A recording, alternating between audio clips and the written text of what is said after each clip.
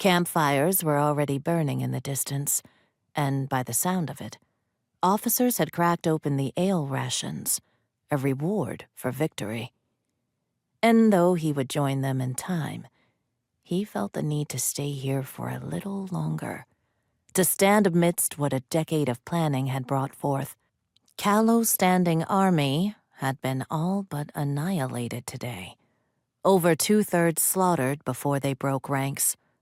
The Wizard of the West had fled, his powers shattered only for Warlock's curse to rot him from within. King Edward's skull had been caved in by a warhammer, and the prince was mobbed by a company of goblins until one drew a red smile across his throat. The Kingdom of Callow's strength had been crushed in the span of an afternoon, and the Black Knight would see to it that it never recovered. "It's getting dark out, Black," a voice called from behind. "You should return to camp." It never ceased to surprise him how a woman the size of Captain could be so eerily quiet. Even decked out in full plate, the olive-skinned woman had been near noiseless in her approach.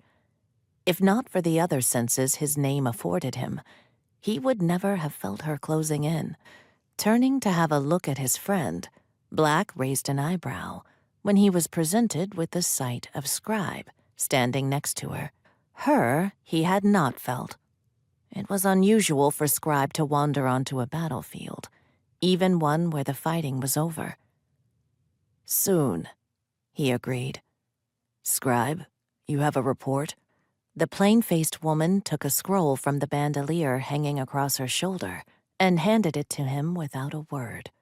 Breaking the seal, Black unfurled the parchment and scanned the lines. A moment passed until the barest hint of a smile quirked his lips. Assassin had done it. "That should keep the Principate occupied for the time being," he murmured. "By the time the fighting dies down, we'll have the western border secure."